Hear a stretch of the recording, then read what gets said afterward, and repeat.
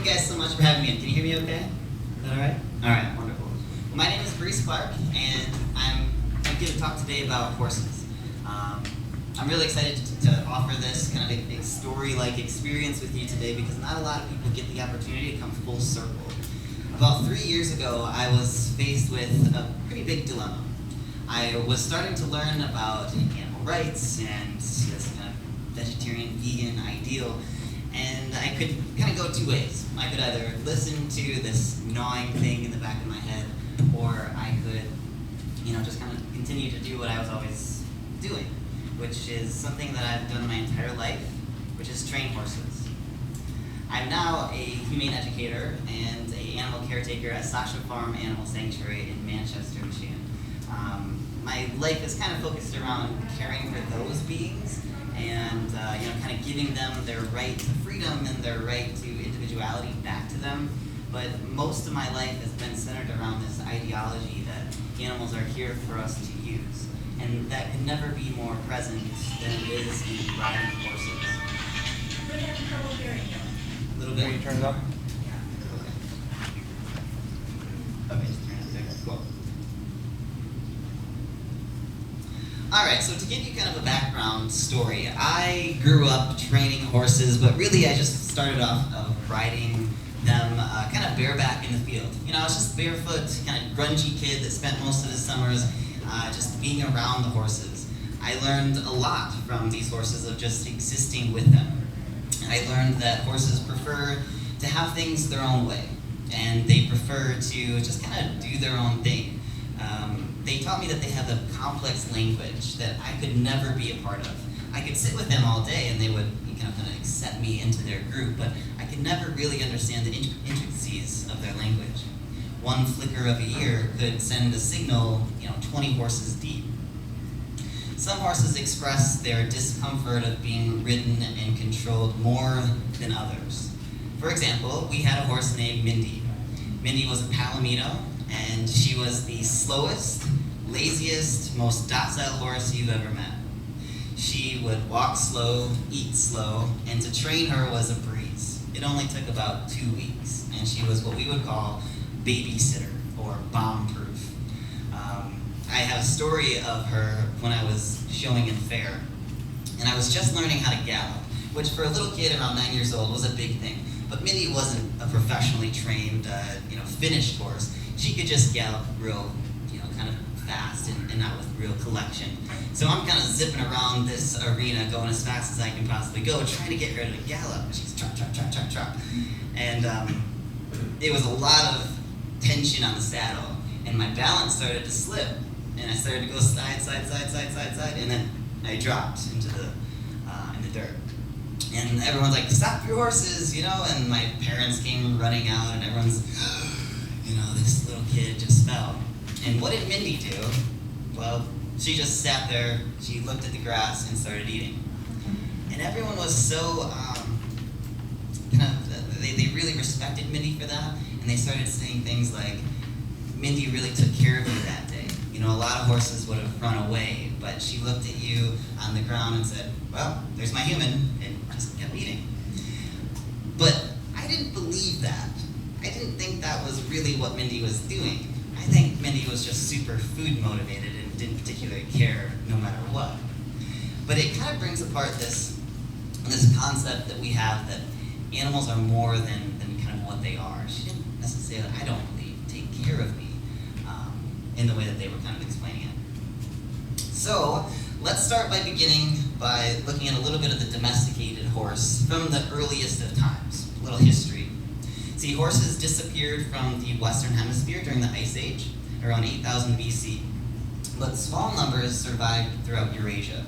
And archaeology has shown us that they were first domesticated by a group of people called the Batai people, who lived in the Eurasian steppes, also known as Kazakhstan today. They often herded these horses, and they used them for food. We also have found in the fossil evidence that they would, some of their bones had knife marks through them, so we know that they were using them for food. They also drank the milk from the mares, known as pumice, which is fermented mare's milk, so we know that they were using them for that purpose too. They probably weren't riding them at this point. The horses stood no taller than around 13 hands high, which is about an average size for a pony. So more than likely, they were just a form of sustenance for them. From the Bataille horses, which is this leopard spotted horse here, we believe they bred that spotted color into them. That gave birth to the Przewalski horse, which, for those of you that know anything about the Przewalski horse, we originally thought that that was the original horse of modern day horses today. But in 2018, there was a new finding.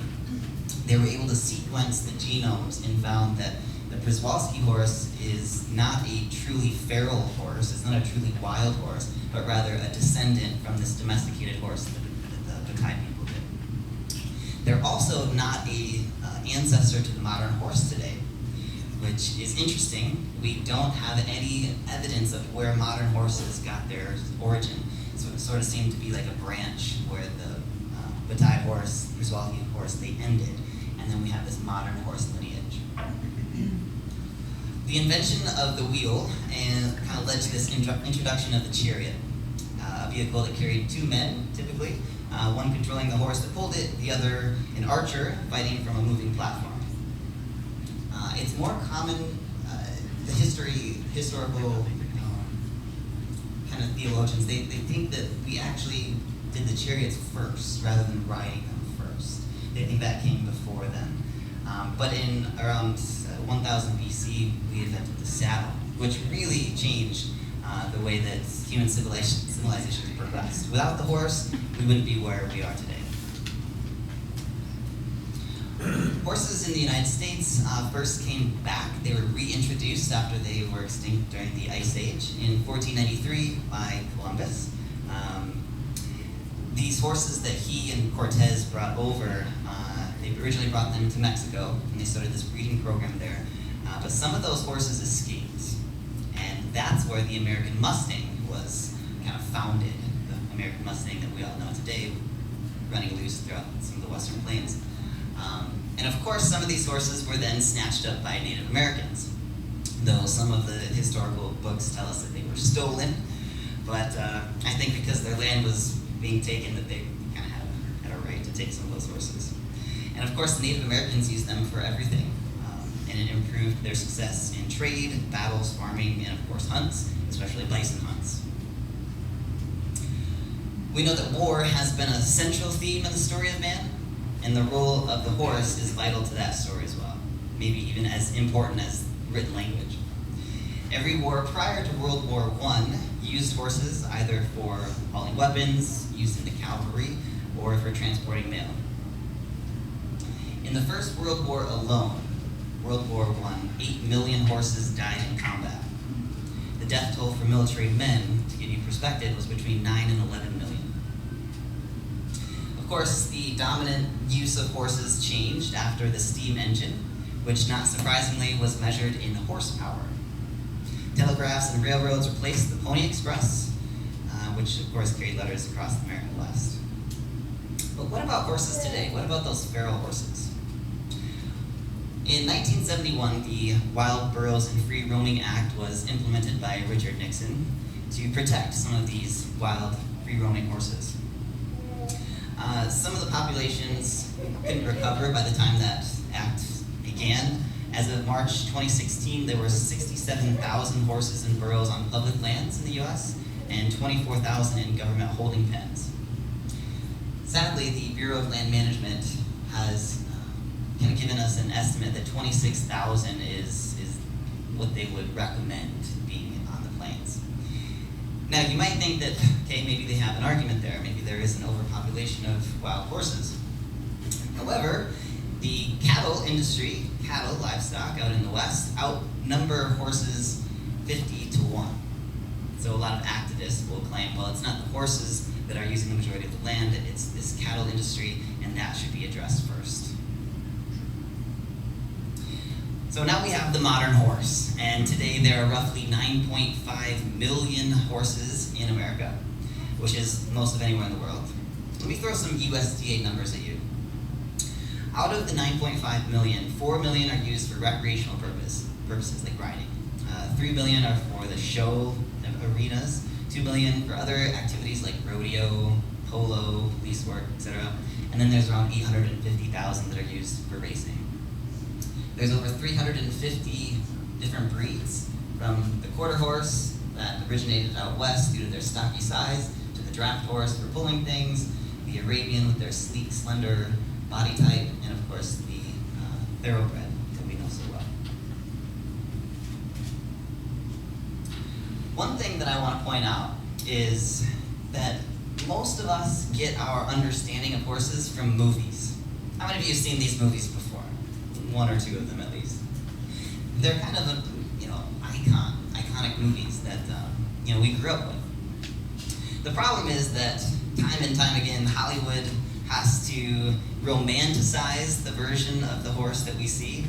It's a fictitious narrative that makes horses seem as if they like to be ridden or they desire to be ridden. I'll be the first to admit that I'm a sucker for these movies. I'll still watch them today. But it's sort of like magic. It's Hollywood movie magic. And what is the one thing that we know about magic?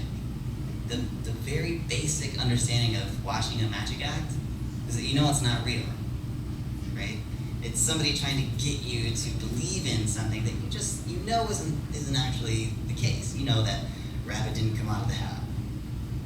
In the same breath, I, as a horse trainer, was no more a horse whisperer as Robert Redford.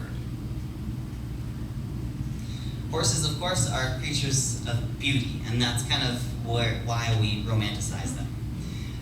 Beauty may be in the eye of the beholder, but they've inspired poets and artists all throughout the ages. Some of the best times growing up were around horses for me. They're fun, right? It's an awesome activity to be a part of if you're kind of a little kid, especially growing up in the country. One of the things that I loved as a kid was I used to have neighbors that were living down the road, and we would call each other up on the phone and we'd say, hey, do you want to meet up to ride? And so they'd say, sure. So hang up the phone, go saddle your horse, and then we would meet halfway down the road. And we'd play cowboys and Indians, and we'd experience nature by riding through the trails. It was amazing. It was like one of my best childhood memories. We would even race down the road. Of course, you never wanted to be behind the fastest horse because the rocks would kick up in your face. And we would ride to the Amish cheese house that was down the road. Most of all, though, I think horses give us a sense of belonging. They don't care if you're president of a company or, a janitor in a school. You receive their unconditional love, and that's sort of what all animals offer us. Just to quote Pat Brown, she says, a horse is the projection of people's dreams about themselves, strong, powerful, beautiful, with the capability of giving us escape from our mundane existence. So now let's take a look at some of the different training methods. Coming from this industry, I'm able to offer insight that most people never get the opportunity to see. There's a reason that when you get your horse trained, you drop them off at the trainer, and then you don't see them for 30 days. You're not a part of that training process, so most people say, my horse loves to be ridden. We have a great time together. Who are you to tell me that this horse doesn't want this? But they didn't see how the horse became in such a submissive state. So let me just kind of go through some of these. The very first training method started off during the West, kind of the Cowboy expansion. And this was used to pull cattle off the range, right? It is fear-based. It's a position of domineering force, and you use physical violence to get them to do what you want them to do. We have exploited every part of their body that is sensitive, from their chin, where they have these nerve endings that are very sensitive. We use chains there. Of course, the inside of their mouth, the top of their head, called the poll, is sensitive. These images that I'm going to show next, they are kind of difficult to see, but they are the reality today. Let me just give you a little background. When I was doing this when I was a kid, it was a big moral dilemma for me. I didn't express it to anybody, but I was going through a lot of confusion in my head. See, I think of it kind of like a bipolar scenario. On the one hand, we love our horses. We say, oh, I take great care of them, I give them their oats and a place to lay their head at night. And on the other hand, we say, if you don't do what I want you to do, I'm going to hurt you. So it kind of is, it's opposite ends of kind of how we would kind of care for somebody. But the cowboy way was a rough life, right? And so their training methods were just as rough, and that was translated in some of these measures, such as laying them down, tying their legs together like a hog tie, and creating sores inside their mouths. Whether we listen or not, horses communicate their needs, wants, and desires regularly. At the core of its foundation, the idea of training a horse is to get them to remove their instinct to be a prey animal, to flee, and to get them to accept this foreign person on their back who controls everything about them. And they're 1,200 pounds. You know, I'm probably not much past 150. So in my horse training experience, these measures usually came around 2 weeks after the training process started. We called it the honeymoon phase. The first 2 weeks, they really wouldn't put up much of a challenge, and you didn't really see the true colors of the horse until they started to offer you all these no's, no's, no's. I don't want to do this. And at that point, you had to really test their strength of will, and sometimes these measures were necessary.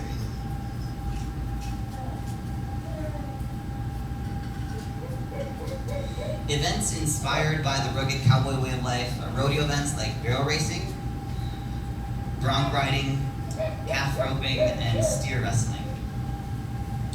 All of these, I used to love to be a part of. I used to love to barrel race my horse. And I occasionally would carry around a lasso and rope my brother's leg. But looking at these pictures, this is a long ways away from I love my animals. Can you see the inconsistency? Even going so far as taking a young calf and feeling like you have to drag them to the ground and show your manhood. One theory I have is that we romanticize the past. Our elders, we respect them, they're older than us, so we tend to model our behavior after what people have done before us. And sometimes the morals change. Morals are always kind of evolving. The most dangerous phrase in the human language is we've always done it this way. One could argue that back then, this was a necessity for their way of life, that maybe we wouldn't have gotten to where we are today without, treating animals this way. But I'm not concerned about that. What justification do we have to do it today? That's what matters, right? It's not, we can't use what people do in times of necessity to dictate our, moral justification for treating animals the way we do today. In this case, using them for entertainment and pleasure for no other apparent reason, I don't see the consistency. This is what they call the pain phase. I would work a horse until I got this face.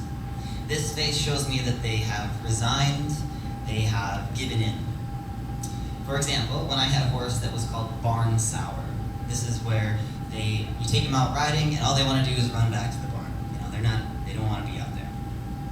There's this phrase in the training world called make the wrong thing hard and the right thing easy. So once they got back to the barn, I would say, okay, you want to go back to the barn? No problem. Then I would run them into the dirt when I got back to the barn, trying to teach them that just because you're back at the barn doesn't mean you get to be put away or you get your hay and it's your private stall.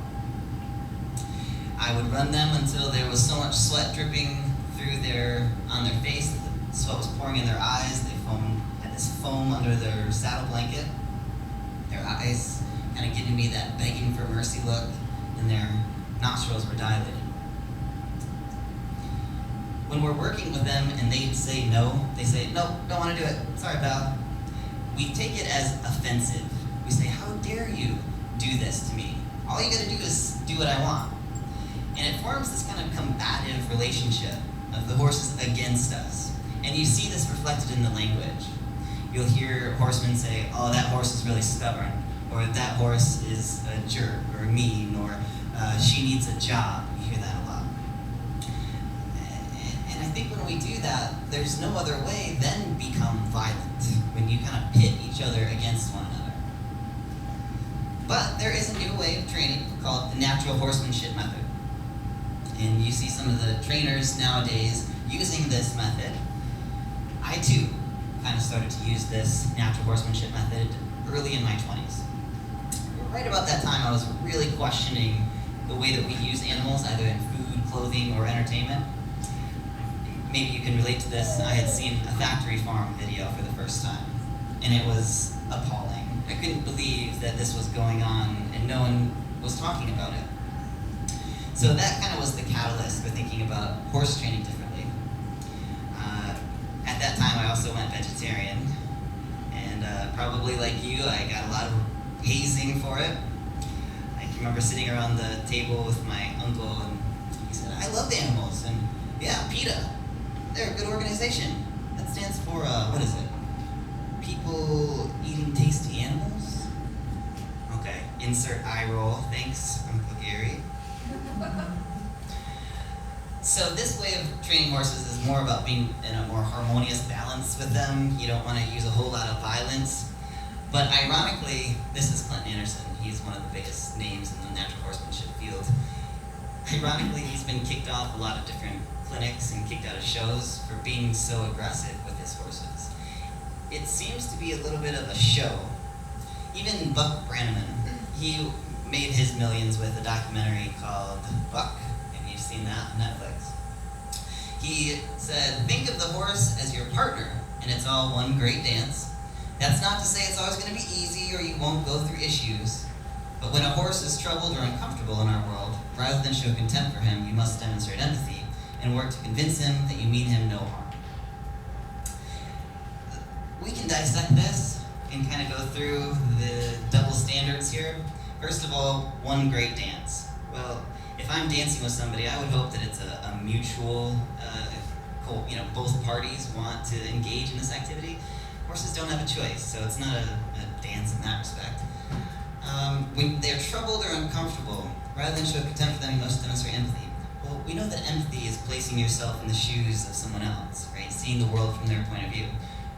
From their point of view, would you want to be controlled and manipulated and be, sort of violently attacked for saying no when you don't want to do something? So I don't think that's true. And then mean him no harm is the biggest contradictory of all. Because that's the premise, is that if they don't do said behavior, pain will be inflicted. And in fact, here's a picture of Buck Brennaman at one of his clinics, where he tied their legs together. So at this point, I kind of started to see it as a sham, this natural horsemanship thing. Yes, I agree with causing less harm, but they sort of sold it in a nice little package of love and trust and respect. But we're still doing things I wasn't comfortable with. Here's some pictures of common horse disciplines. So Tennessee walking horses, reining world. Earlier I showed you that picture of the pain face. Look at the faces of all four of these horses. Can you see it? Can you see the resigned look?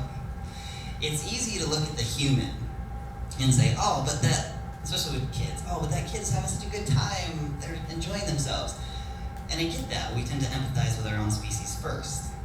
But there's also someone else, and someone. Animals aren't things, they're not people, but they're feeling beings.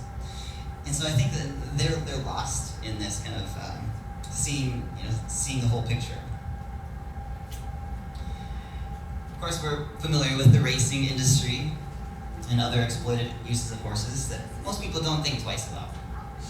Racing may seem harmless, but the thoroughbred racing industry sends 10,000 horses to slaughter annually. Meaning of the 20,000 foals born every year into the racing world, half of them will be sent to be killed for their flesh. Horse slaughter was banned in the US in 2006, and since then, the exports to Mexico has gone up 660%, and Canada 148%. They're still sending animals to other countries to be slaughtered. When we were training horses, we had this guy named Bones. Yes, that was his name, Bones. And his name actually kind of fit him. He was the guy that everyone in the area would call when you had what we would call junk horses. Horses that either had a defect in some way. Maybe they were too old, maybe they had a wonky leg, weren't suited for riding, nobody wanted them. And I will never forget, we had 4 horses that someone just gave us, and we didn't have time for them, couldn't find homes for them, so we sent them to Bones, and he crammed 15 horses in this rickety old trailer. And away they went. I never thought twice about them. So is it all about the ego? I think so. In primitive, pre-literate clans where there was virtually no economic surplus, there was always sharing of land and resources and products and labor. So that shows us that we have this capacity for love and sharing. Whereas the capacity for aggression and cruelty only shows up once there's some sort of economic surplus, but not enough for the whole tribe or nation. Some historians would argue that the greatest measurement of wealth was measured in cattle. In fact, the word livestock literally translates to live money. So I'd like to pose this question to you next. You see this guy standing on top of these horses, and he's demonstrating how strong and powerful he is. Their horses aren't even, bridled, and he's got complete submission there. What is the ethical difference between that and this? I also see a man demonstrating his egotistical nature over an innocent life. It's an interesting thought, right? Public opinion around elephants' use in circuses has drastically changed in America in the last few decades. So much so that in 2017, Ringling Brothers completely closed their doors. And this was mostly due to the public outcry of some of these training methods that were being exposed and just seeing it from the elephant's point of view. The next images might be kind of difficult to see. The training methods for elephants is very, very similar to the training methods for horses. This concept of taking an animal from the wild, which horses initially were, and this was often done by shooting the mother and taking the baby, and then you indoctrinate that baby into your kind of way of life. There's also similarities between making them lay down in some full submission there. You saw that earlier with the horse. Using bull hooks, not much different than crops and whips. And even things like hobbles, where we tie their feet together. Horses and elephants experience that.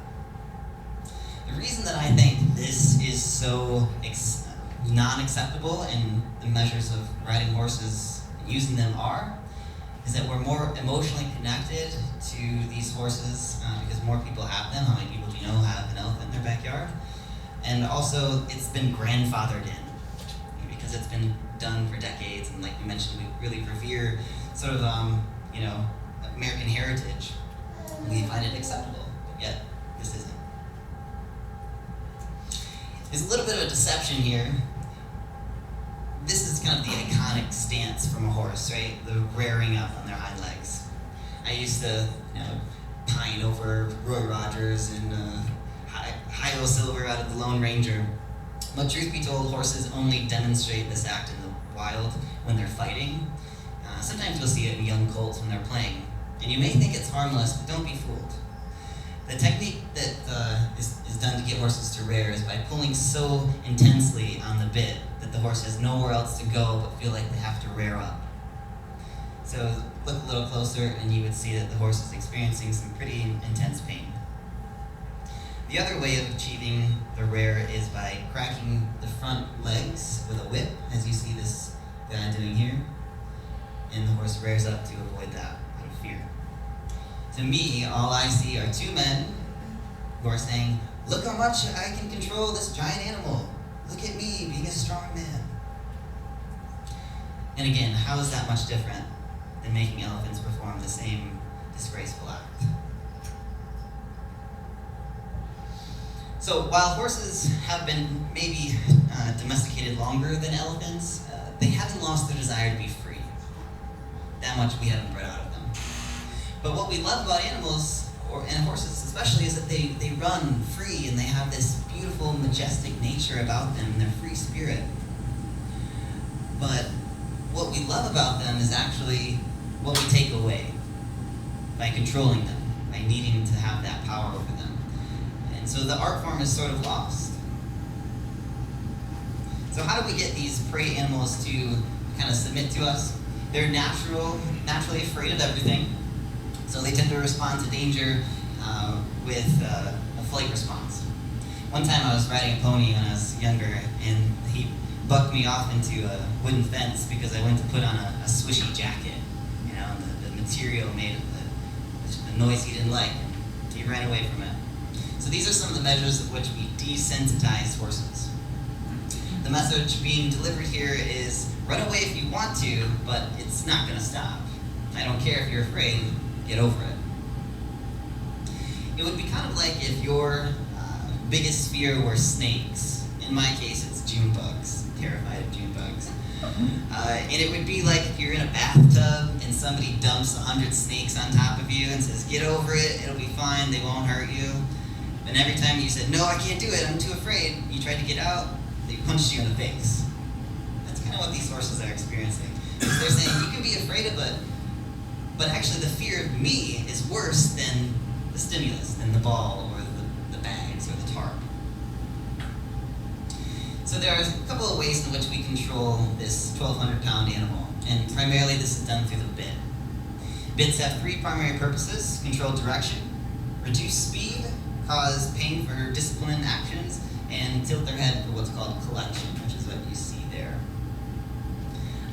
These bits exploit the bars, the corners of their mouth, it pinches their tongue, and places pressure on the pole. There's also leverage bits. Honestly, there's more bits than there are breeds of horses these days, but leverage bits have a long shank, so that you get, let's say you put 5 pounds of pressure on the bit, you're going to get 10 pounds in return. The racing world, bottom right-hand corner, uses tongue ties. These are used to improve racing performance. Some bits have multiple bits inside their mouth, like that one's a combination bit. So there's a shank and a snaffle inside. Then we also use spurs. Spurs are primarily used to push them forward or control direction. Bronc riders in the rodeo use big spurs, sort of like that one, to mark the front of the shoulders of the horse, and they get points for how much they spur the front shoulders. Really, the severity of these bits is more about the rider and how they use them. Maybe you've heard this before, but my horse likes to be ridden. Okay, I can see why they would think that. Sometimes the behavior of these horses may seem like they don't care, but in my opinion, this is just learned helplessness. After all, what choice do they have? Is there a way out? Many times horses are stalled most of the day, so they'll do anything to get out of that stall, even if it means carting around a little kid. They've learned that this is a sad reality for them, but it is their reality nonetheless. So horses and animals in general, they tend to live in the moment, right? Your dog or cat lives in the present. They do the same thing. Maybe this kind of idea of wants to be ridden is just their reality of accepting what their situation is. Kind of like Stockholm Syndrome, you know? And I had to throw in a little bit of humor.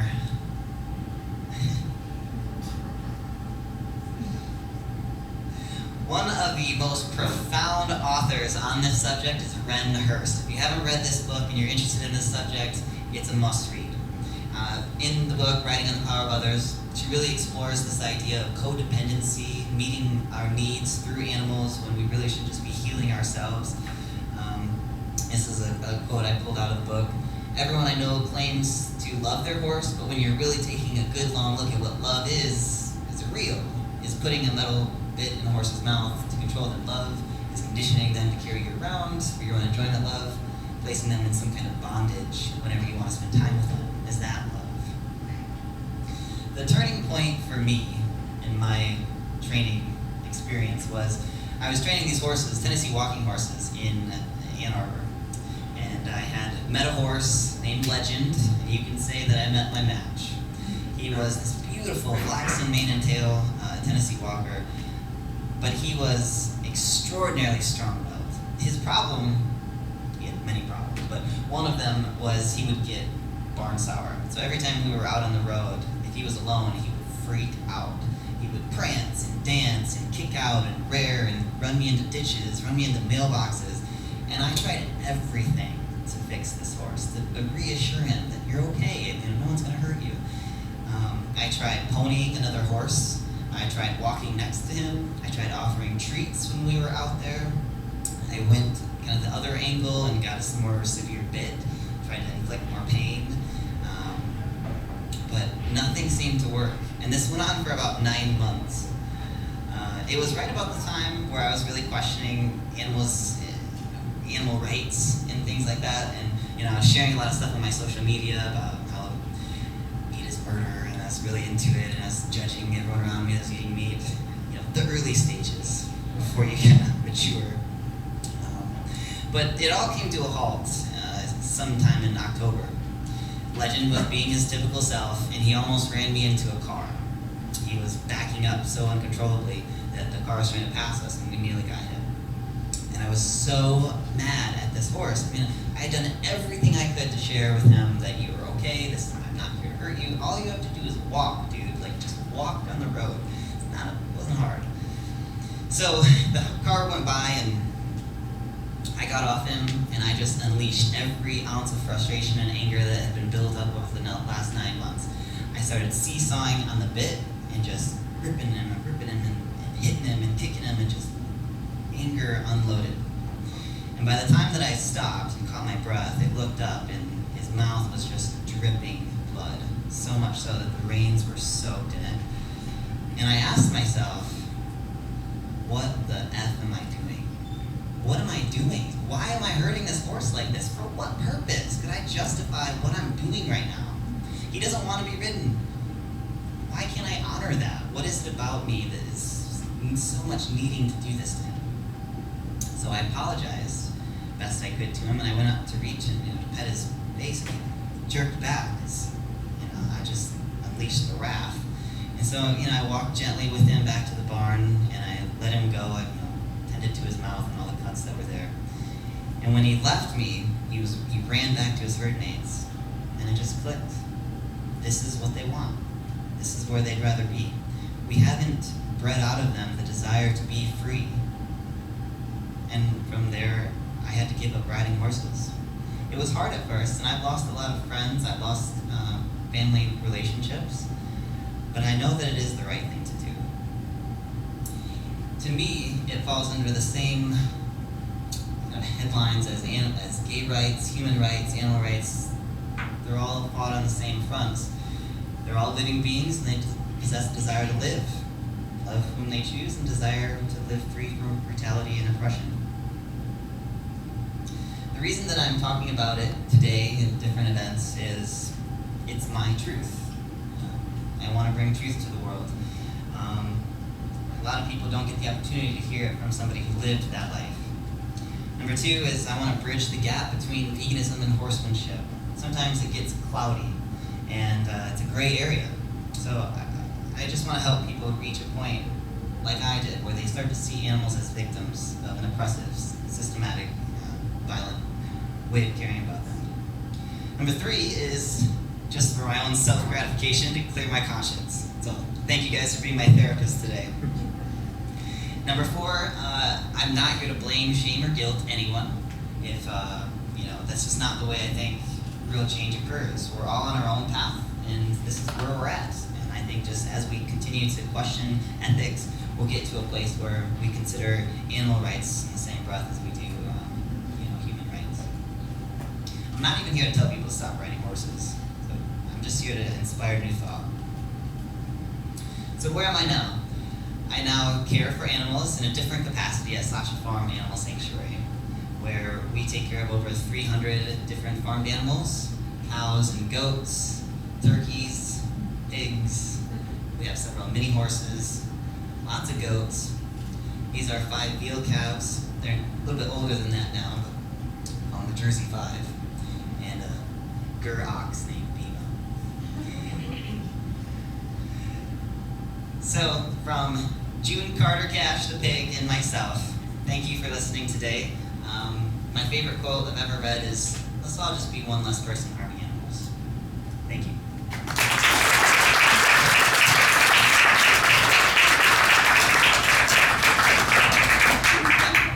We can do a short Q&A if anybody has any questions. We've got a couple minutes for the next speaker. Mike, who has a question for Brece? Do you have a website? Not personally, but Sasha Farm does, sashafarm.org, and we have Facebook and Instagram as well. Any questions? Yeah, let's bring this. What's your favorite vegan food? My fiance and her family and I are gonna go to Brick Road Pizza. Nice. Oh, Yeah. Little shout out. Little shout out. I wish, not to be that vegan, but I wish they'd get rid of some of their cheese items, go full veg, but I get everyone, is on their journey. So we're probably gonna go there.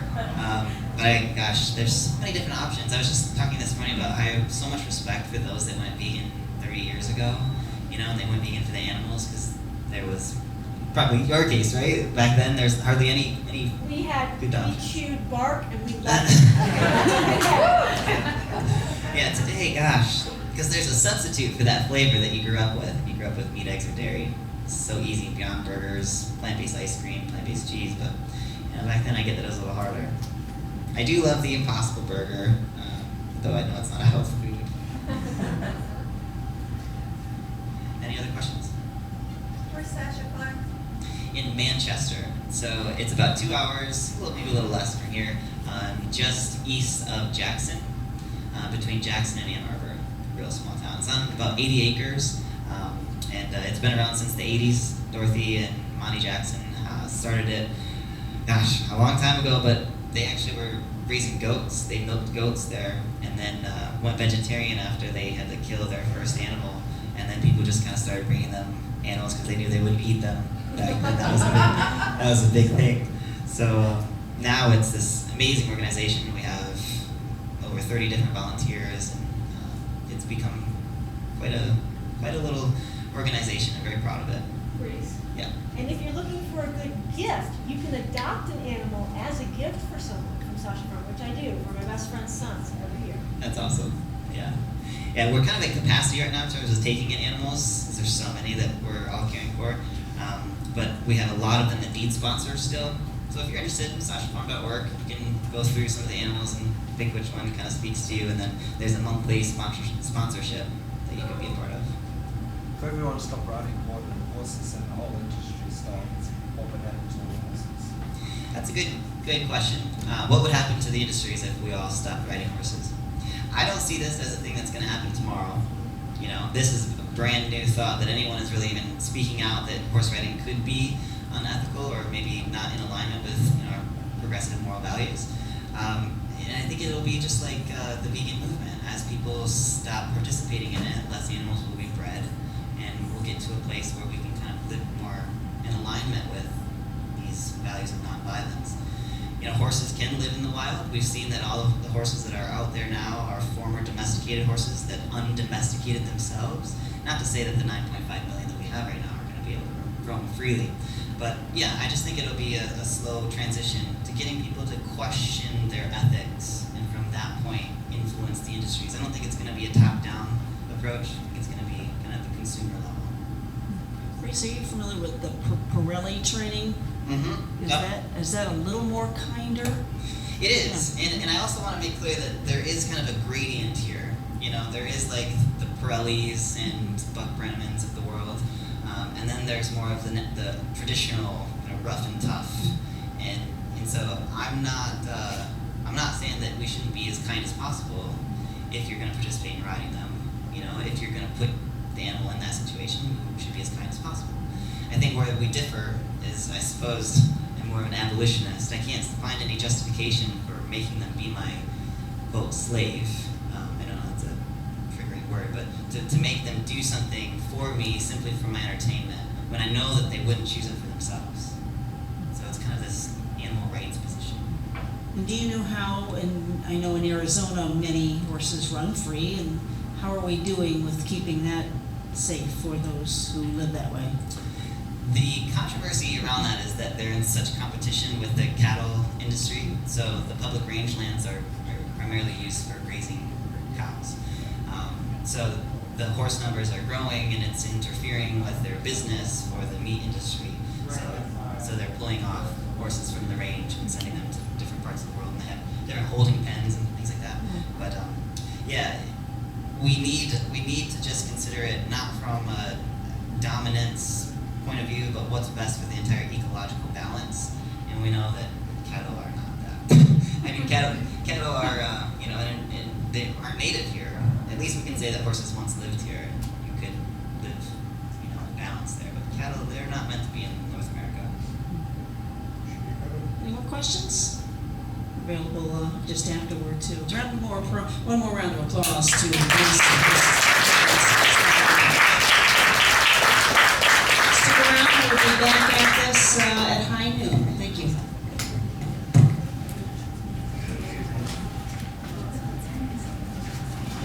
Thank you.